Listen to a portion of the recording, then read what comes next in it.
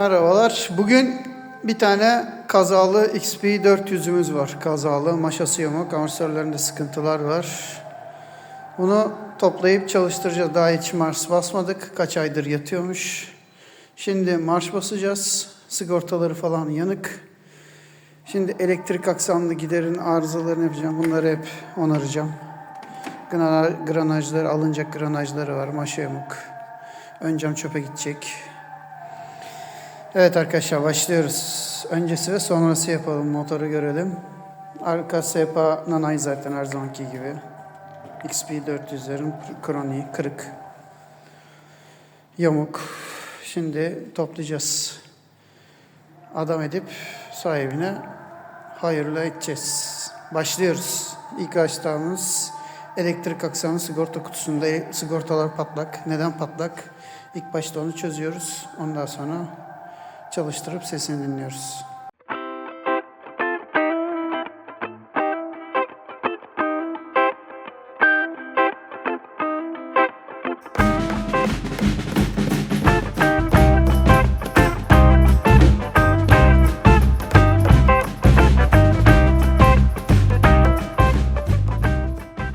Evet, şase düzeltme işlemi, ısıtma. Şaseyi ısıtarak şekline getiriyoruz. XP400 günlüklerinden. Yamalan şase bile.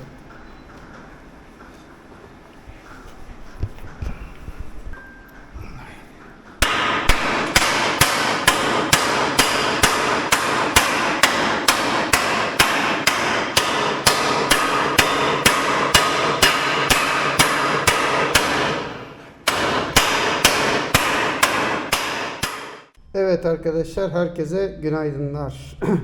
Bugün maşamızı yaptık. Kazalı XP'miz var biliyorsunuz bir tane. Sıfırdan maşa yaptık. İçi boş boru, çelik değil. Sıfırdan maşa yaptık. Mecburen yaptık çünkü maşa yoktu şu an. Bu motorun toplanması gerekiyordu. Sıfırdan maşa yaptık. 2 tane yaptırdım şimdilik. Çünkü 2 tane motorum var toplanması gereken. Şimdi XP400'ü toplayacağız. Bugün işlemlere başlıyoruz. Maşa şöyle. Bu maşayı kendimiz yaptık. Her şeyini. Ve XP400'ün direksiyon modülü. Zaten biliyorsunuz. Gördüğünüz gibi tam oturuyor. Tam ölçülerde her şey birebir aynı. Sadece kalitesi eskisinden kat kat iyi. Niye? Çünkü bu boş profildi. Biz dolu profil yaptık ama şurası boş profil. Yani motorla çarpma anınızda herhangi bir kaza anında maşa yamulması veya granajın hasar almasını engelliyor. Tabii ki iç şase demirine çok hızlı vurursan iç şaseden kaynakları patlatır. Ama o yüzden hani bu daha güzel, daha kolay. Çünkü genelde şu üst kısım hemen yamuluyor dipten. Maşa başlıyor bu sefer boşluk yapmaya, ileri geri luk oynuyor. Evet arkadaşlar, şimdi toplamaya geçeceğiz. Ondan sonra sıvıları konulacak. Ondan sonra bakım, motor toplanmaya başlayacak. Dediğim gibi şimdi toplanmaya geçiyoruz. Bu da maşamız. Yeni hayırlı uğurlu olsun. XP400. Şimdilik görüşmek üzere. Sıvıların değişimini yapalım. Motoru test sürüşü yapacağız. Bakacağız. Neleri var neleri yok. Havalarını alacağız. Ve motoru sadece granaj toplanacak seviyeye getireceğim. Orada sonlandıracağım. Granaj toplamayı da ikinci videoda eklerim. Ben şimdi size sadece bunları gösteriyorum. Bilginiz olsun diye. Like atıp beğenirseniz videoyu çok sevinirim. Daha fazla kişiye ulaşmak istiyorum ki XP'leri, doğru bakımları, doğru parçalarla, orijinal parçalarla bakımları yapılsın ve uygun fiyatlara sağlamaya çalışıyorum bütün hizmeti. Bilginiz olsun arkadaşlar. Eto Garaj'da. Selamlar herkese. İyi günler. Görüşmek üzere. Şimdi sıra motora geçelim ve maşamızı yerine takalım. Evet arkadaşlar, akşam motoru topladık. Motoru lastiklerin üzerine aldık. Şaseden ayırdık. Bakın yapıldı. Sıfır hata. Ölçümler yapıldı. Testler yapıldı. Sıfır hatta artık granajları alınacak, motor toplanacak. XP400 daha biter bir tane daha. Şimdi diğerleri. Dükkanın şeyine kusuruna bakmayın. Dükkan berbat çünkü şu anda. Evet, toplandı arkadaşlar. Şasi ölçüleri yapıldı düzgünce. Fabrika ayarlarına aynı birebir geldi. Hatasız. Kazadan dolayı buralarda küf var, yağmurun altında kaldığı için. Hepsini düzeltirdi, amatörler değişti. Evet arkadaşlar, şimdi artık ne kaldı geriye? Granaj. Bir motoru daha toplamış bulunuyoruz. XP400. Dükkanın halini için tekrardan söylüyorum, kusura bakmayın. Tamiratlar var. Tamiratlar bitti, hem de biz akşam bu motoru topladık. Şasisini düzeltildi. Bilyalar, burçlar, işte bizim yaptığımız maşa. Bizim yaptığımız maşa. Sıfırdan maşa imalatı yaptık. Mille beraber. Boşluklar hiç yok. Fabrika ayarında hiçbir sıkıntımız yok. Evet arkadaşlar. Evet arkadaşlar, maşamızı taktık. Maşamızı oturtturduk. Bizim kendi yaptığımız maşa. Bir önceki videodan bunu izleyebilirsiniz. Kendimiz yaptığımız maşa. Komple sıfırdan yaptık. Kaynaklar düzeltildi. Arbon kaynağı atıldı. Gazaltı atıldı. Kaynaklarda bir şeyimiz yoktu ama biz buraları sağlamlaştırdık gene de kaza yaptığı için. Bunlar tekrar geçildi. Alt taraftaki kaynaklar tekrar yapıldı. Şu anda gayet sağlıklı bir şekilde. Direksiyon ölçüleri tam. Bu maşala şasele bağlantısı orijinaline aynı seviyeye getirdik. Hiç kaçıklık, ediklik yok. Dönmede falan. Sıvılarını değiştirdik. Antifrizimizi değiştirdik. Havasını aldık. Hortumların havasını aldık. Motor gayet sağlıklı ve kaliteli şekilde şu anda. Her şey orijinallerin olması gibi yapıldı. Şu ölçüler çok önemli. Şase ölçüleri, bağlantı ölçüleri, alt ölçüler, alt mekanizma ölçüleri, şuradan bu noktaya akünün girişine kadar olan ölçüler maşa ayarında. Hepsi birebir tuttu. Hiçbir sıkıntımız yok şükür. Göstergemizi sabitledik. Havasını aldık. Şimdi birazdan bir test sürüşüne çıkacağız. Ondan önce arıza tespit cihazına bir bağlayıp orijinal bütün arıza kodları ya da bir şeyleri var mı onlara bakacağız. Onlara baktıktan sonra da motoru işleme alacağız tekrar. Son kontroller yapılacak. Sonra granajları toplanacak. Zaten granaj toplama kısmını halledeceğiz. Problem yok ondan yana. Onları zaten biliyorsunuz. Nasıl takıldığını, nasıl edildiğini. Biz sadece size zaten motorun içini gösteriyorum size. İçini bilmeyenler bu şekilde de görebilir, izleyebilir. Motorun soyulmuş hali, granajları, işte bobin, benzin şamandırası, benzin pompası, işte elektrik aksam, konjektör dedikleri, regülatör ve konjektör bu.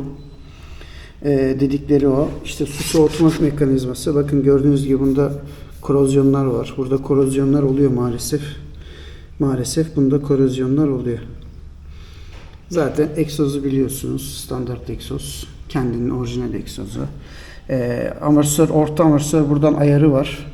Ta buraya kadar ayarı geçirebiliyorsunuz. Burada yaklaşık 10 santimlik bir pay var. 10 santime kadar sertlik ayarı ve ayarı buradan yapabiliyorsunuz. Bunların anahtarı var. Anahtarla sıkarak buraya kadar alıp sertliğini ayarlayabiliyorsunuz. 2 kişi seyahat edenler için sertlik ve yumuşaklık ayarı yapabiliyorsunuz. Burada radyatörümüz var. Burada yedek su depomuz var. Hem motoru da anlatıyorum hazır açıkken, insanlar bilmeyenler vardır belki diye. Yani bilgileri paylaşıyorum ki hani hazır böyle fırsat geçmişken elimize görün diye. Şimdi arkadaşlar su değişimi yapacaksınız, tamam mı? Bu granajın içinde duruyor. Burada kapak var. O kapağı açıp Şu hortumu da çıkarabilirsiniz. Şu hortumu da çıkarabilirsiniz boşaltmak için. Ama size tavsiyem hava yapmak istemiyorsanız motoru şunu bunu sökmeniz, buradan bütün suyu radyatörün içinden boşaltmanız yere ya da bir kaba. Ondan sonra da buradan tekrar dolum yapıp sonra bunu maksimum seviyesine getirip bırakmanız gerekiyor. Fazlasını doldursanız da bu tahliye hortumudur. Şurada olur. Buradan zaten tahliyesini atacaktır. Atıyor çünkü. Motor çalışınca siz onu fark etmiyorsunuz yolda giderken ama onu atıyor. Fazla hava yaptığı zaman, basınç yaptığı zaman buradan ya da çok ısındığı zaman buradan otomatik atıyor. Şimdi biz motorun test sürüşünü yapacağız. Fan açıp açmadığına bakacağız. Bilgisayara bağlayıp testlerini yapacağız. Hata kodları, hata mekanizmaları işte çok her şeyi sökülüp takıldığı için bunun. Ama her şeyi merak etmeyin arkadaşlar. Kaç torkla sıkılıyor, kaç şeyle yapılıyor değerlerini bildiğimiz için her şeyi yaptık. Bu da ABS pompası. ABS pompası da burada. Hepsini bildiğimiz için bir sıkıntı yaşamıyoruz. Bir problemimiz yok. Zaten çoğu arkadaşınız geliyor gidiyor buraya, söküyoruz motorlarını. Bu tarafı da göstereyim size. Bluetooth beyni. Bu kafanın içinde oluyor. Burada granajda oluyor. İşte K-Lock, Immobilizer. Immobilizer şurada granajın içinde durur.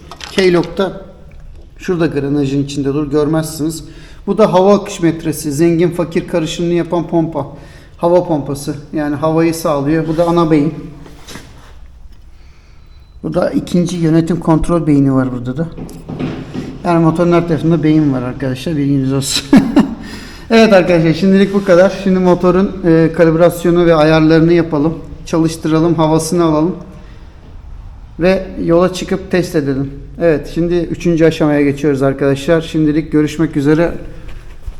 Şimdi hava alma ve son aşamalara geliyoruz.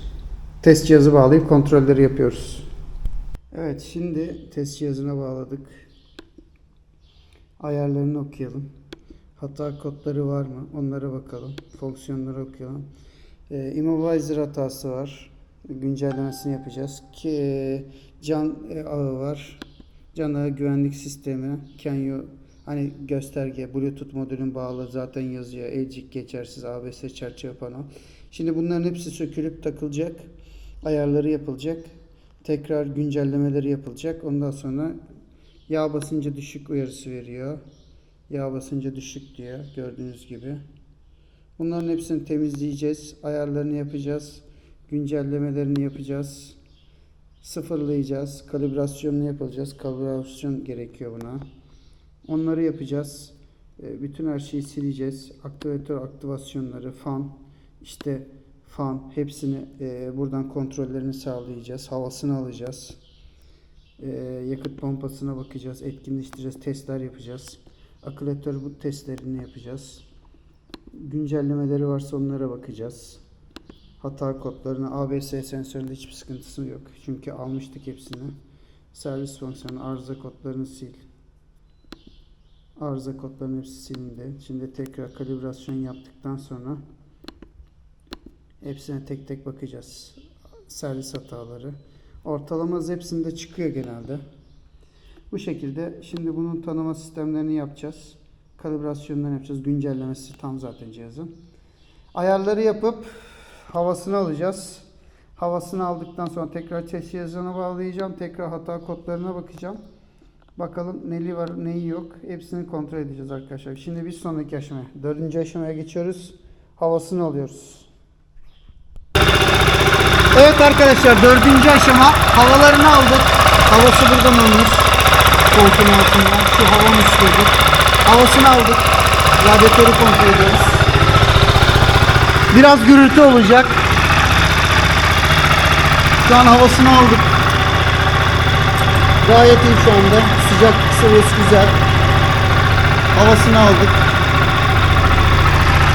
Havaları alındı. Şimdi tekrar fan açmasını bekleyeceğim. Çünkü motor soğudu. Tekrar bir fan açsın. Tekrar bir kontrolleri sağlayacağım. Şimdi 4. aşamadayız. Radyatörü bekliyoruz. Isınmasını, sürecini bekliyoruz. Şu an 40 derece. Biraz soğumuş motor. Komple işleme geçsin diye bekliyorum. Hataları sildik. Kodlarını sildik. Hata ayarlarını yaptık. Daha hiçbir hatamız kalmadı. Söktak yaptığımız için hepsi hata veriyor tabii ister istemez. Yakıt sistemi olsun, bilmem ne olsun. Hepsini artık temizledik. Hiçbir sıkıntımız yok şu anda.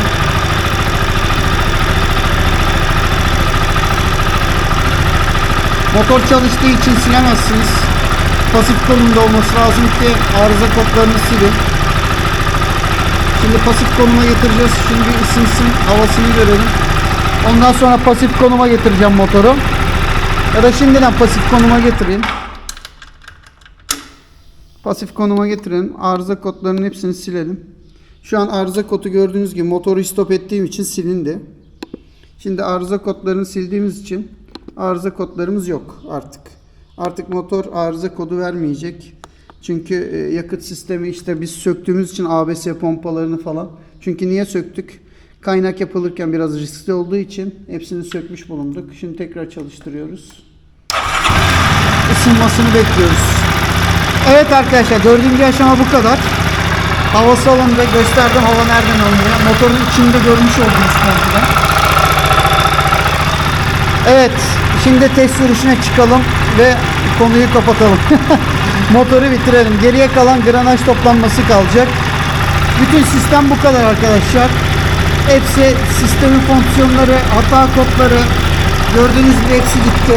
Artık hiçbirinde sıkıntı yok, yaşamıyoruz. Bütün parametreleri okuyabiliyorum anlık. Hepsini görebiliyorum. Sadece bu cihazlarda gösteriyor. İşlem tamam arkadaşlar. Hepsini yaptık. Şimdi motoru biraz kendi haline bırakalım çalışsın.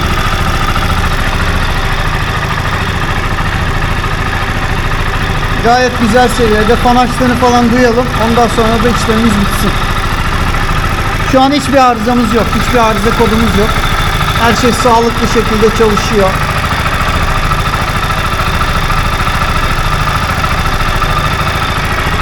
Evet arkadaşlar. 60 dereceye geldi sayılır. Evet, şimdi test sürüşüne çıkalım. Motoru test edelim yolda. Fonksiyonlarını test edelim. Tabii kısa bir test sürüşü olacak bu. Neden derseniz motoru kısa bir test sürüşü yapmak zorundayım. Çünkü farları takılı değil, plakaların takılı değil. Bu biraz risk içeriyor. Hani gidişatta direksiyondaki boşluk, dönerken virajı kasıyor mu, kasmıyor mu, motor şasi oynuyor mu, oynamıyor mu, onların kontrollerini yapacağım. Önemli olan kontroller onlar. Şimdi bunu bir kapatalım. Önemli olan kontroller onlar arkadaşlar. Seslerim biraz gürültü olmuş olabilir. Kusura bakmayın motor çalıştığı için. O genel kontrolleri bir yapalım. Test sürüşümüzü yapalım. Testimize çıkalım. Ve konuyu kapatalım. Çünkü bu motor çok temiz bir motor. Yani gerçekten temiz bir motor. 6000 kusur kilometredir sanırım bu. Ben öyle biliyorum. Aynen 6200 kilometre demiş. Yani çöpe atılacak bir motor değildi. O yüzden. Evet arkadaşlar. Kendinize iyi bakın. Like atıp beğenirseniz videoyu çok sevinirim. Sizin için bunları çekiyorum. Normalde bunlarla ekstra uğraşıyorum. Düşünün. Hani siz hem motorun içini görün. Hem de son işlemleri bir görün. Fark edin ki neler yapıldı, neler oldu. Onları görün diye. Hem size video çekmiş oluyorum. Hem de nerede neyin olduğunu görün. Motoru nasıl topladığımızı, ne kadar kaliteli bir hizmet verdiğimizi. Bunları görün diye size bilgi paylaşımında bulunuyorum. Evet arkadaşlar 5. aşamaya geçelim ve motoru test sürüşü yapalım. Dediğim gibi fonksiyonları hepsine bir detaylı tarama yapalım. Ne durumda, nedir problemi bir bakalım. Bütün hata kodlarımız gitti. Çünkü söktak yaptığımız için tekrar açıklıyorum. Hata kodları çıkıyordu. Şimdi hepsi temizlendi. Şimdi 5. aşamaya geçelim ve motoru test sürüşü yapalım ve konuyu kapatalım. Videomuzu bitirelim. Evet arkadaşlar like atıp beğenirseniz çok sevinirim. Sizin için içerik üretiyoruz. Sizi daha iyi motorlara neler yapıldığını, XP400'ün durumu, işte XP400'lerin durumu ne görün diye bunları çekiyorum. Bir videoyu motoru test sürüş yapalım. Bir sonra da içerisine ufak bir çekeyim. XP400'lerimiz var bir sürü zaten arızalı. Onları göstereyim size. Ondan sonra da kapatalım konuyu. Şimdilik görüşmek üzere. Kendinize iyi bakın. Test sürüşünde görüşürüz arkadaşlar. Evet arkadaşlar. Şimdi test sürüşüne çıkıyoruz. Biliyorsunuz XP400 projemiz bitti. İşlemler yapıldı. Fazla uzun bir test sürüşü olmayacak. Çünkü farlarımız yok. Arka farlar, sinyaller yok. O yüzden risk içeriyor. Kısa mesafe test sürüşü olacak.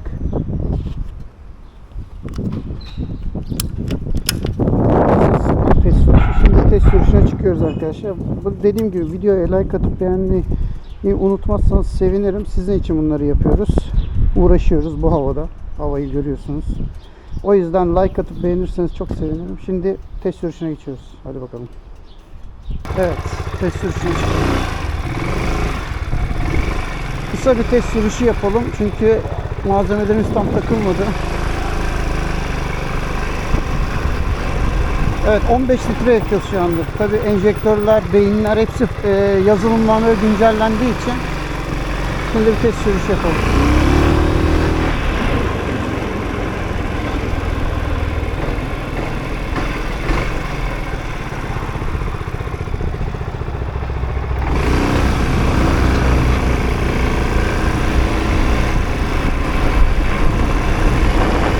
Test sürüşü yapalım.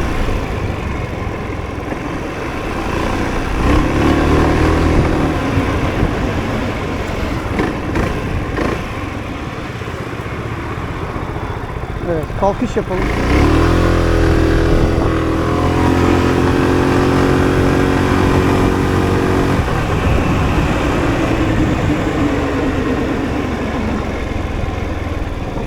Evet, stabil olarak gayet güzel, kısa bir test sürüşü olacak demiştim size.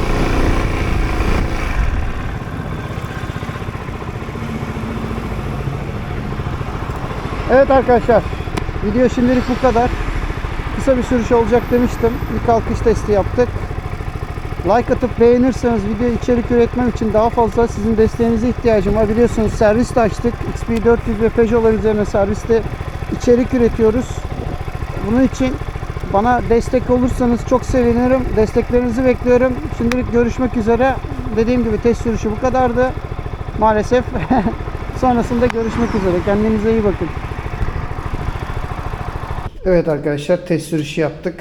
Videoyu zaten izlemişsinizdir. Motor sağlıklı şekilde şu anda. Fan açıyor. Bütün her şey tamam.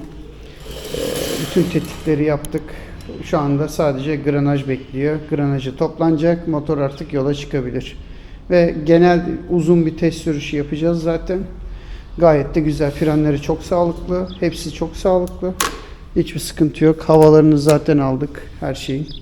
Gayet de sağlıklı şu anda. Evet, şimdi dükkanı göstereyim biraz. İşlemlerimiz bitti. Yerler, halılar tekrar kaplanacak. XP400'lerimiz var. Bu kazalı motorumuz. Maşada boşluk var. Maşa alınacak.